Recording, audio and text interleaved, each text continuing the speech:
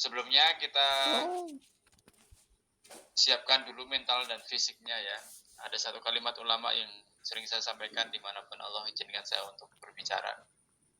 Lam yukrimul ilma la yukrimuhu ala ilmu. Siapa yang tidak mau melakukan ilmu, ya, siapa yang ketika belajar itu nggak menyiapkan adabnya, maka ilmu tidak akan pernah memuliakan dirinya. Oke, kita masuk ke pembahasan.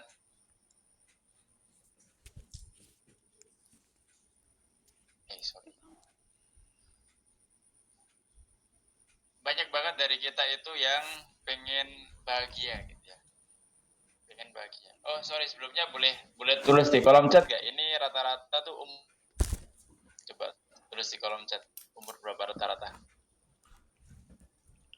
Biar saya menyesuaikan bahasanya juga nih. Saya kira tadinya resen dulu ya, silakan coba open mic. 19 tahun, 18 tahun. Oke, 24, 19, oh ya masih muda-muda ya. 20, 18, oke. Ada yang udah nikah belum di sini? Kalau yang sudah tulis 1, kalau yang belum tulis 2. Biar saya tahu. 2, 1 sudah ada yang sudah menikah, ada yang belum. Oke. Ya, terima kasih ya. Tadi soalnya openingnya formal banget gitu. Jadi saya jadi agak gimana tadi. Ya. Malam hari ini saya sharingnya lebih santai ya, karena emang saya nggak yang terlalu formal banget. Oke, kita lanjutkan. Terima kasih teman-teman semuanya. Semua orang itu kalau ditanya, itu pasti pengen bahagia. Ya. Ada yang pengen banget hidup bahagia sebelum 30 tahun. Banyak banget kan ya, ada konten kreator yang bilang sukses sebelum umur 30 tahun. Namanya kenapa dengan umur 30 tahun gitu. Terus habis itu ada lagi sebagian yang nyari kerja dengan jenjang karirnya yang bagus. Kalau ditanya kenapa ya, biar rasa bahagia. Ya, biar bisa makan enak setiap hari ya, biar traveling, biar bisa beli barang-barang branded ya. Kalau ditanya kenapa beli barang branded, ya supaya bahagia. Kenapa beli iPhone 14 ya, supaya lebih bahagia. Saya nggak bahagia dengan HP saya yang kentang misalnya. Ya, terus sebagian mungkin kalau ditanya kenapa nikah ya, karena pengen bahagia. Nikah berusaha untuk nyari orang yang dianggap soleh atau orang yang benar-benar soleh gitu ya. Pasti kalau ditanya kenapa nikahnya sama orang soleh, karena pengen bahagia. Bahkan kenapa nikahnya sama orang yang ganteng misalnya, karena pengen bahagia.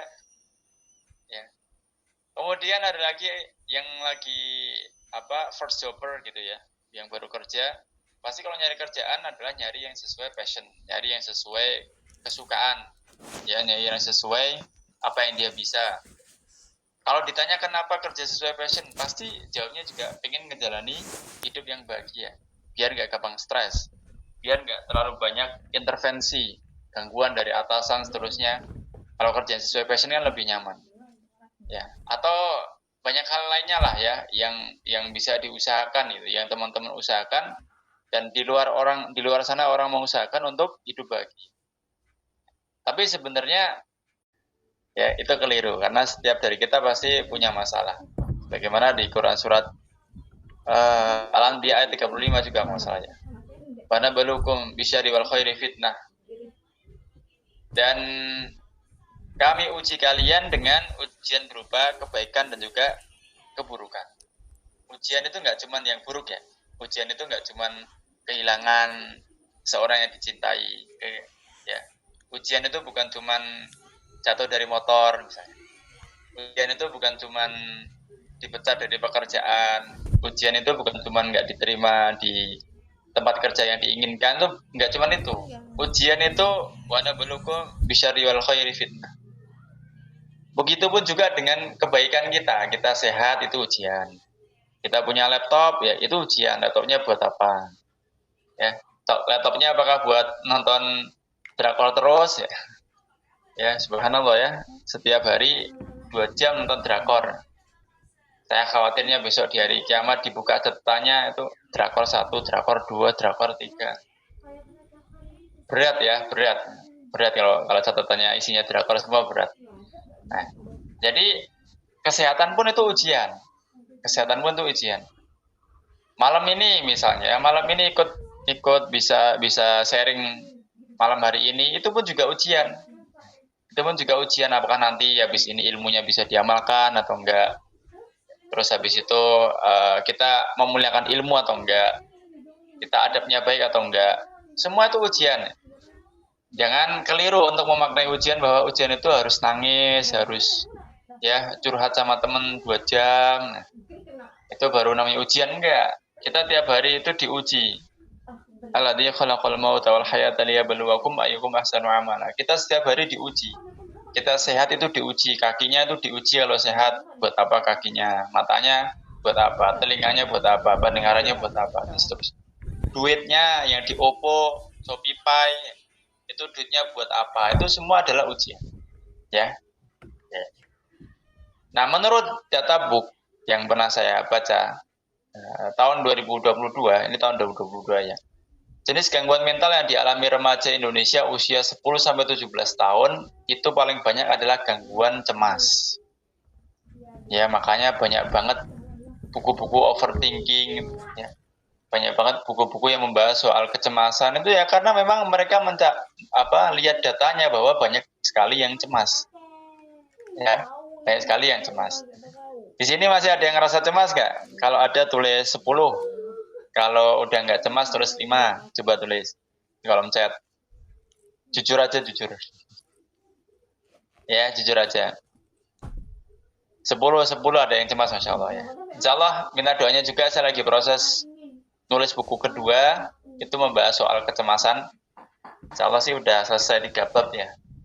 Paling ini lagi proses revisi sama habis itu layouting ya, masih agak panjang tapi sudah berjalan lah, minta doanya semoga bisa segera rilis bukunya ya, bisa bermanfaat buat teman-teman yang lagi cemas. Di data yang lainnya kalau kita lihat di kompas.id itu disebutkan ya, cita-cita Indonesia 2045 terhalang masalah kesehatan mental remaja. Itulah kenapa ya Mbak Amelia, kemudian Mbak Ratu, siapa lagi Mbak Dela, ya Mbak Ariana, Mbak Karunia, Mbak Angelina. Setiap dari kita mungkin setiap hari ngelihat ya berita-berita yang udah nggak masuk akal. Berita-berita yang berhubungan soal kesehatan mental ya. Ada suami yang rela bunuh istrinya, ada anak bunuh orang tuanya. Macam-macam. Habis itu di Semarang di tempat saya tuh sempat ada kejadian karyawan yang bunuh bosnya sampai di semen gitu ya, sampai di semen di tempatnya, itu nggak jauh dari tempat saya. Ya, sampai sebegitunya. Terus habis itu ketika viral di TikTok yang komen itulah kalau orang jahat kalau orang baik tersakiti katanya. Saya ketawa, subhanallah, ketawa sama sedih ya. Mana ada orang baik itu bunuh tuh, nggak ada ya. Nggak tahu lagi lah. Nah, itu contoh, berarti ada kerusakan mental dan pikiran, kok bisa seperti itu. Ya, dilumrahkan orang yang bunuh itu disebut orang baik, yang tersakiti itu konsep dari mana? Berarti kan itu mentalnya yang rusak, mentalnya rusak. Ya. Itu beberapa data yang menunjukkan bahwa kajian malam ini itu penting. Sangat penting, ya. Buktinya apa tadi? Beberapa data yang sudah saya sajikan. Itu baru sepersekian data aja. Kalau ditunjukkan banyak, yang lainnya kita mungkin bakalan lihat lah ya, banyak data-data yang berhubungan soal kesehatan mental. Artinya banyak orang nggak bahagia. Banyak orang nggak bahagia, akhirnya mereka gampang marah, mereka gampang sensitif, gampang emosi, mereka gampang cemas. Itu ya, kalau diruntut biasanya karena nggak bahagia. Udah itu aja sebenarnya. Ya, salam kenal teman-teman, saya kenalan lagi, nama saya Bagas Resrabani. Sekarang saya tinggalnya di Semarang. Kalau ini teman-teman tinggalnya di mana ya? Coba tulis di kolom chat. Jakarta semua, Bekasi semua, Tangerang semua, atau ada yang di Jawa Tengah juga?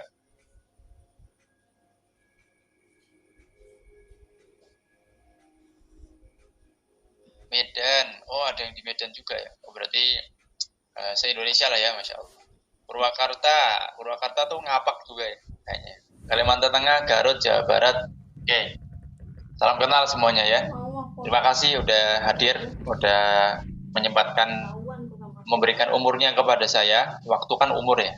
Insya Allah beberapa menit ke depan saya akan ganti umur teman-teman yang gak mubazir insya Allah. Salam kenal ya, saya Bagas Sabani, saya sekarang di Semarang, Alhamdulillah.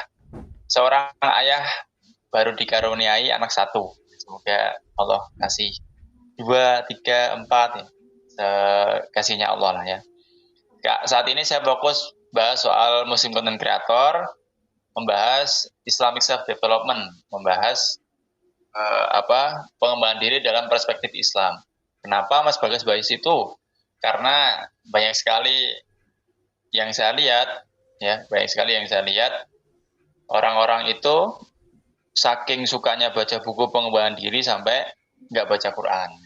Saking sukanya buku pengembangan diri, novel, ya, sampai nggak baca hadis. Jadi kalau nge-share quotes orang-orang luar itu semangat.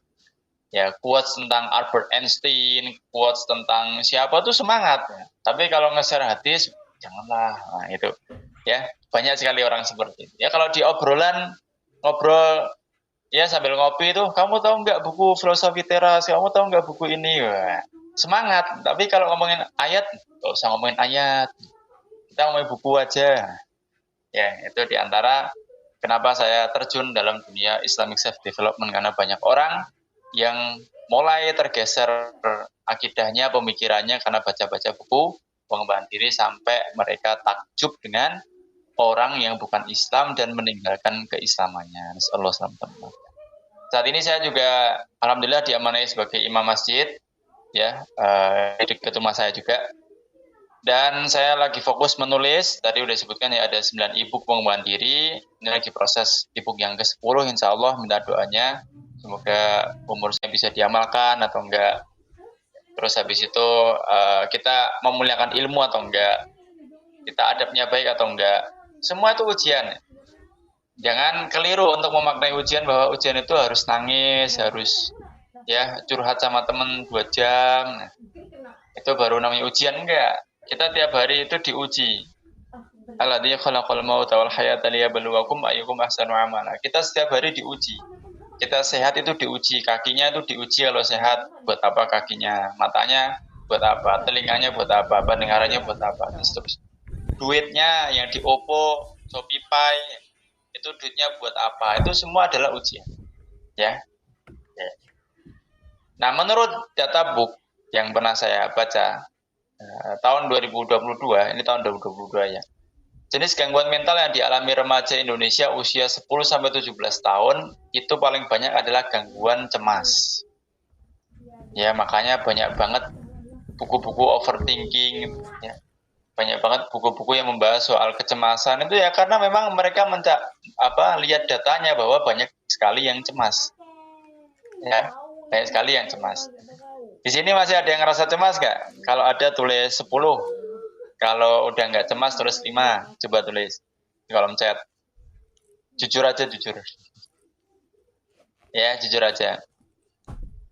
10 ada yang cemas, Masya Allah ya. Insya Allah minta doanya juga, saya lagi proses nulis buku kedua, itu membahas soal kecemasan. Insya Allah sih udah selesai 3 bab ya. Paling ini lagi proses revisi sama habis itu layouting ya, masih agak panjang tapi sudah berjalan lah, minta doanya semoga bisa segera rilis bukunya ya, bisa bermanfaat buat teman-teman yang lagi cemas. Di data yang lainnya kalau kita lihat di kompas.id itu disebutkan ya, cita-cita Indonesia 2045 terhalang masalah kesehatan mental remaja. Itulah kenapa ya Mbak Amelia, kemudian Mbak Ratu, siapa lagi Mbak Dela, ya Mbak Ariana, Mbak Karunia, Mbak Angelina. Setiap dari kita mungkin setiap hari ngelihat ya berita-berita yang udah nggak masuk akal.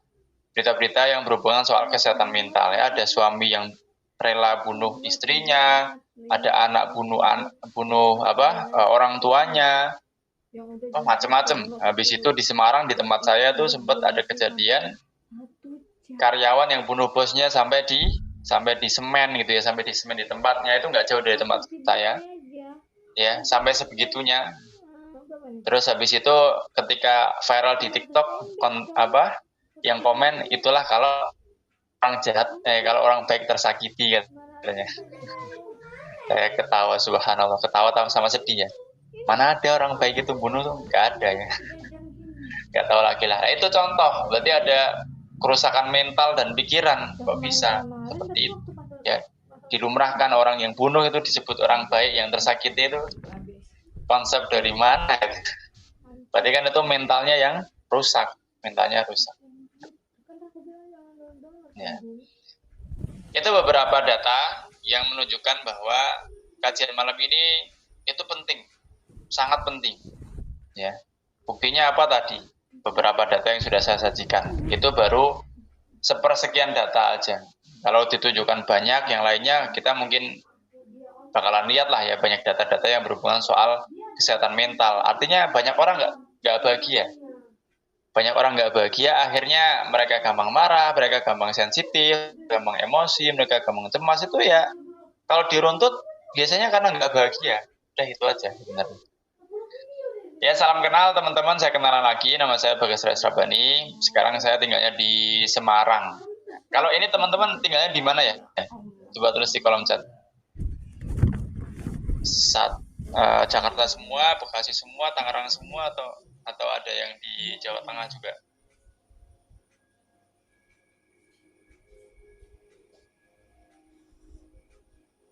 Medan, oh ada yang di Medan juga ya. Oh, berarti se-Indonesia lah ya, Masya Allah.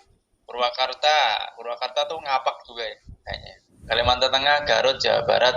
Oke, salam kenal semuanya ya. Terima kasih udah hadir, udah menyempatkan memberikan umurnya kepada saya. Waktu kan umur ya. Insya Allah beberapa menit ke depan saya akan ganti umur teman-teman yang nggak mubazir insya Allah. Salam kenal ya, saya Bagas Sabani, saya sekarang di Semarang, alhamdulillah.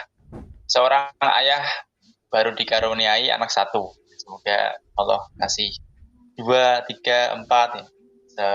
Kasihnya Allah lah ya. Saat ini saya fokus bahas soal Muslim Content Creator, membahas Islamic Self Development, membahas pengembangan diri dalam perspektif Islam. Kenapa Mas Bagas bahas itu? Karena banyak sekali yang saya lihat orang-orang itu saking sukanya baca buku pengembangan diri sampai nggak baca Quran. Saking sukanya buku pengembangan diri, novel ya, sampai nggak baca hadis. Jadi kalau nge-share quotes orang-orang luar itu semangat. Ya, quotes tentang Albert Einstein, quotes tentang siapa tuh semangat. Tapi kalau nge-share hadis, janganlah. Nah, itu. Ya, banyak sekali orang seperti itu. Ya, kalau di ngobrol ya sambil ngopi itu, kamu tahu nggak buku filosofi teras, kamu tahu nggak buku ini? Wah, semangat. Tapi kalau ngomongin ayat, nggak usah ngomongin ayat. Kita ngomongin buku aja.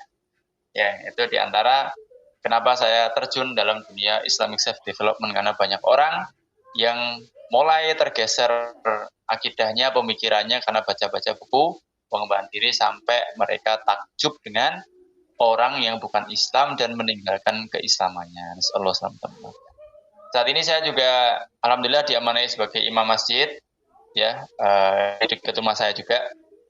Dan saya lagi fokus menulis, tadi udah disebutkan ya ada 9 e-book pengembangan diri. Ini lagi proses e-book yang ke-10, insya Allah minta doanya. Semoga umur saya Allah berkahi. Terus juga saya fokus juga untuk membuat komunitas namanya Muslim Level Up. Di antaranya ada juga podcast Muslim Level Up. Ada yang pernah dengar podcast Muslim Level Up nggak di Spotify? Coba tulis di kolom chat. Kalau pernah dengar tulis 1, kalau nggak pernah tulis 2.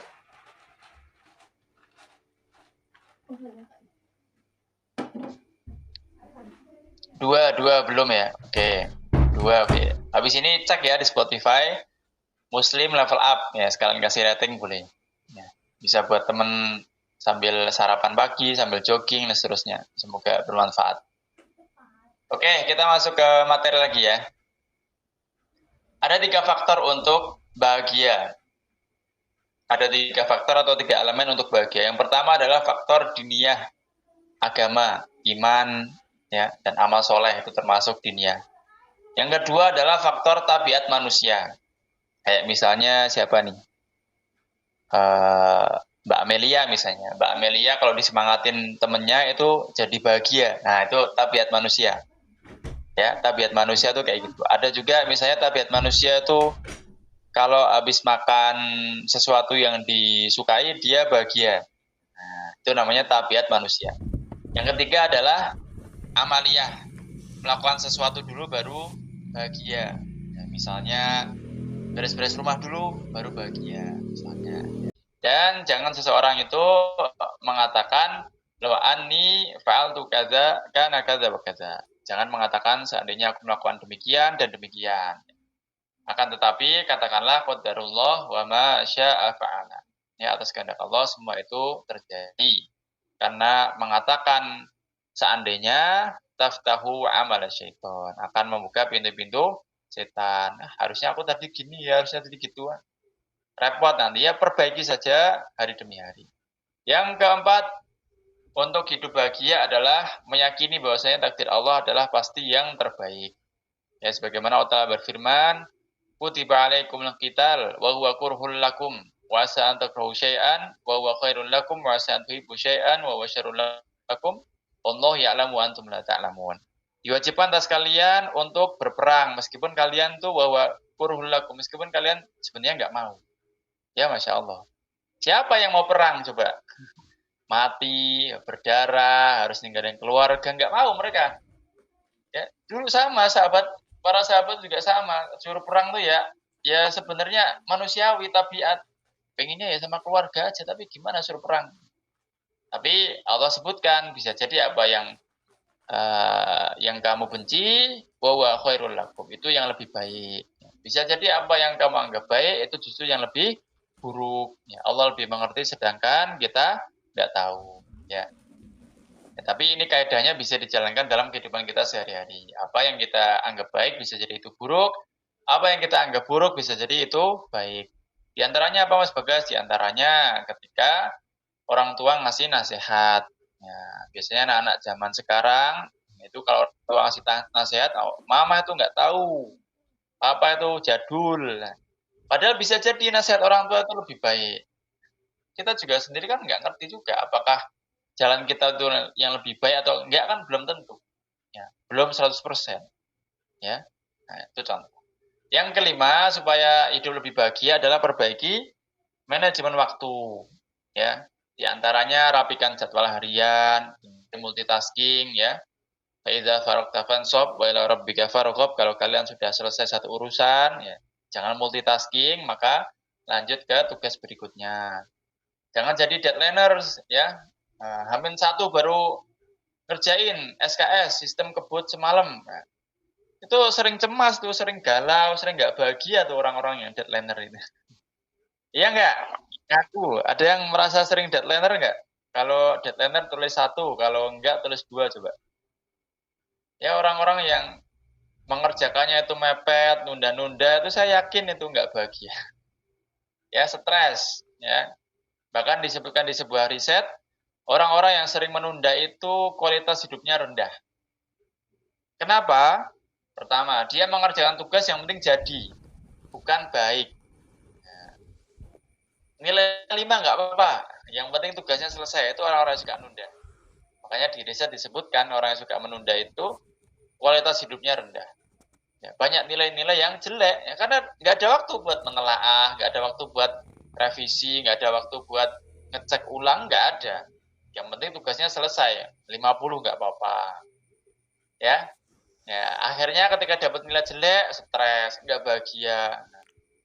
Ya, kemudian yang keempat, jangan jadi yes man atau yes girl. Ya, misalnya Mbak Dia minta tolong jadi ketua panitia. Oh ya. Mbak Dia minta tolong dianterin. Oh ya. Mbak Dia nanti minta. Iya. Habis itu, waduh, kok jadwalnya jadi banyak sekali. Nah, tugas saya keteteran. Nah, jadi stres, jadi nggak bahagia ya. Jangan menjadi orang yang mengiyakan semuanya. Yang kelima, kurangi media sosial, terkhusus hal-hal yang nggak bermanfaat. Kalau media sosialnya bermanfaat ya silahkan, ya. Karena sesuatu yang kita lihat itu akan berpengaruh. Ya, sesuatu yang kita lihat akan berpengaruh. Sebagaimana perkataan Ragib Asfahani juga menyebutkan laisa ya dari si bima qali wa fi'ali faqad bal bin nazari ilaihi. Pengaruh teman duduk itu bukan cuma sekedar perkataan dan perbuatannya, tapi juga sekedar melihatnya itu berpengaruh. Ya, melihatnya itu berpengaruh. Melihat orang soleh itu pengen kita berusaha untuk lebih soleh lagi. Melihat orang jengkelin, pengen kita jadi orang jengkelin. Melihat ya entertain jalan-jalan, pengen jalan-jalan. Melihat entertain beli takoyaki, ya pengen takoyaki. Ya, lihat entertain nangis-nangis, ikut sedih. Ya, terusnya itu makanya kurangi media sosial yang kurang bermanfaat. Yang kelima di antara tips manajemen waktu adalah jam tidur diperbaiki. Ada sebuah riset yang menunjukkan orang yang kurang tidur itu mengalami brain fog. Brain fog itu kondisi otak yang kelelahan. Ya, jadi susah mikir. Ketika orang itu susah mikir, banyak keputusan hidup yang diambil dengan salah. Ketika keputusannya banyak yang salah, dia stres, galau, nangis, makan somai, ambil mojok misalnya. Ya, dan seterusnya. Ya, itu contoh. Orang kalau kurang tidur itu nggak bahagia. Itu ada risetnya. Saya juga pernah menuliskan di e-book saya. Ya, itu beberapa trik and tips. Detailnya bagaimana itu mungkin silakan nanti pelajari sendiri ya. Selanjutnya yang keenam, ini saya bagi tipsnya terakhir sampai 6 aja. Terakhir adalah memperbanyak mengingat Allah Subhanahu wa taala untuk hidup bahagia. Ya. Ala bizikrillah wa tatma'innul qulub. Ketahuilah dengan mengingat Allah, hati menjadi tenang. Ya, ketahuilah mengingat Allah, hati menjadi tenang. Ya. Kemudian ada sebuah perkataan yang bagus sekali dari Abdullah bin Aun rahimahullah, beliau pernah berkata, "Zikrun nasi da'un, zikrullahi dawaun." Ingat manusia itu penyakit, ingat Allah itu obat. Nah, ya. Istri misalnya sebagian istri itu jengkel karena yang diingat siapa? Suami, kesalahan suami. Kalau waktu jengkel yang diingat Allah, jengkel apa enggak? Enggak. Ya, waktu suami udah dimasakin enggak dimakan, nah, tiba-tiba alhamdulillah ya Allah, hamba sudah berusaha berbakti kepada berbuat baik kepada suami. Itu kan ingat Allah tuh, enggak jengkel. Tapi kalau diingat manusia, memang suamiku itu pasti jadi penyakit. Ya, itu pasti jadi penyakit. Apalagi zaman sekarang, subhanallah. Kebanyakan ingat manusia kita itu. Ya, nah, lihat postingan seseorang, lihat komentar orang lain atas orang tersebut. Wah, tiap hari ngurusin manusia aja. Ya, gimana nggak stres? Ya, ada berita apa? Kemudian dilihat komentarnya, dibaca semua komentarnya tentang manusia semua. Ya, penyakit itu penyakit. Ya, saran saya, sempetin waktu buat berkholwat kepada Allah Subhanahu Wa Taala. Kholwat itu menyendiri, ya misalnya berdua-duaan sama Allah, misalnya berdua-duaan itu bukan Allah di sebelah kita, bukan ya. Berdua-duaan itu maksudnya nyempetin waktu malam hari, ya habis sholat isya udah ba'diyah isya sebelum tidur tambahilah 2 rakaat lagi ya. Syukur-syukur punya hafalan bisa agak panjang. Habis itu berdoa, ya, berusaha nangis, bahagia itu. Ya, bahagia. Bahagia itu sederhana.